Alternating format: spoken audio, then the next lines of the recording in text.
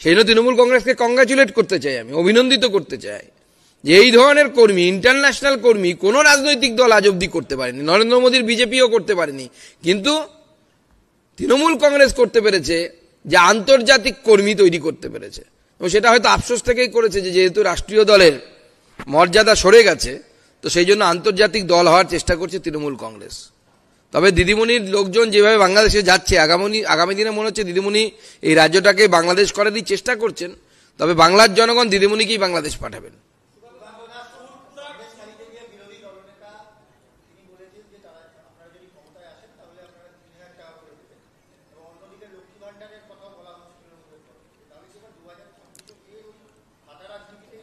না, এটা আমরা আগেই ঘোষণা করেছি যে বিজেপি ক্ষমতায় এলে আমরা অন্নপূর্ণা ভান্ডার চালু করব এবং তাদের ৩,০০০ টাকা করে দেওয়ার ব্যবস্থা করব।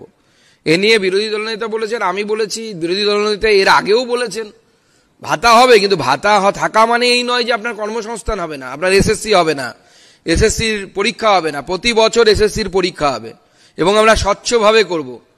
হয় অনলাইনে পরীক্ষা হবে অথবা পরীক্ষা দিয়ে ওএমআর শিট, সেই ওএমআর শিট ছাত্রদের হাতে দেওয়ার ব্যবস্থা করে দেবো এবং তারপরে ওয়েবসাইটে সঠিক উত্তর চলে আসবে, যেরকম ন্যাশনাল এলিজিবিলিটি টেস্টের ক্ষেত্রে হয়। আপনি সেখানেই চেক করে আপনি জেনে নেবেন যে কত নাম্বার আপনি পেয়েছেন, কত মার্কস পেয়েছেন আপনি। যেমন যেই অ্যাডভান্স, মানে এই সমস্ত পরীক্ষার ক্ষেত্রে, কেন্দ্র সরকারের পরীক্ষাগুলোর ক্ষেত্রে আমরা এই ধরনের পদক্ষেপ নিয়ে থাকি এবং প্রতি বছর নিয়মিতভাবে স্কুল সার্ভিস কমিশন হবে। এটা বিজেপির প্রতিশ্রুতি। আমরা আমাদের নির্বাচনী ইস্তাহার, যাকে আমরা সংকল্পপত্র বলি, সেই সংকল্পপত্র যখন বেরোবে তাতে আমরা স্পষ্টভাবে সেটা উল্লেখ করব।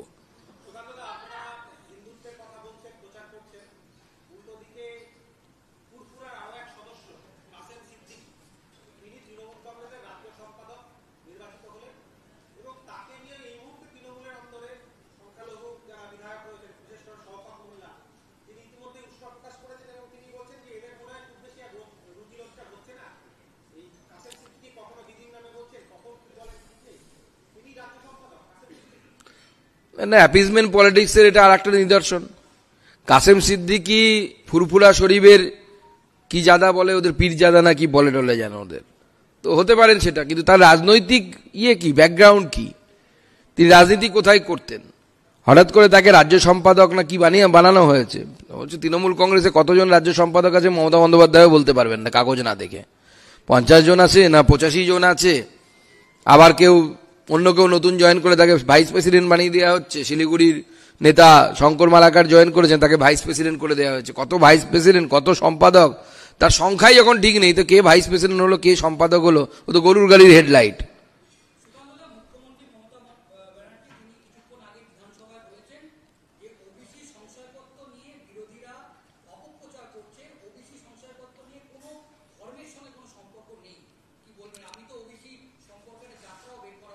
না, ওবিসির সাথে ধর্মের সম্পর্ক থাকার কথা না তো। এই ব্যাকওয়ার্ড ক্লাস কেন এই এসসি এসটি রিজার্ভেশন দেয়া হয়? এই সম্প্রদায়গুলোর উপর কোনো এক সময় অত্যাচার হয়েছে কাস্টিজমের বেসিসে, কাস্টের ভিত্তিতে। তো সেই ধর্মের লোকেরা যারা বলে যে আমাদের মধ্যে কোনো কাস্টিজম নেই, ভেদাভেদ নেই, তারা তো ওবিসিতে আসা উচিত না, এসসিতে আসা উচিত না, এসটিতে আসা উচিত না। যুক্তি তো তাই বলে, লজিক তো তাই বলে। কিন্তু মমতা বন্দ্যোপাধ্যায় যেভাবে ওবিসি এ এবং ওবিসি বি তৈরি করে ওবিসি এর মধ্য দিয়ে মুসলিমদেরকে যেভাবে ঢুকিয়েছেন, এবং সব মুসলিম 2-4টে বাদ দিয়ে সমস্ত মুসলিমদেরকে তিনি ওবিসি এতে ঢুকিয়ে দিয়েছেন। থানায় ঢুকিয়েছেন ওবিসি এর রিজার্ভেশনে।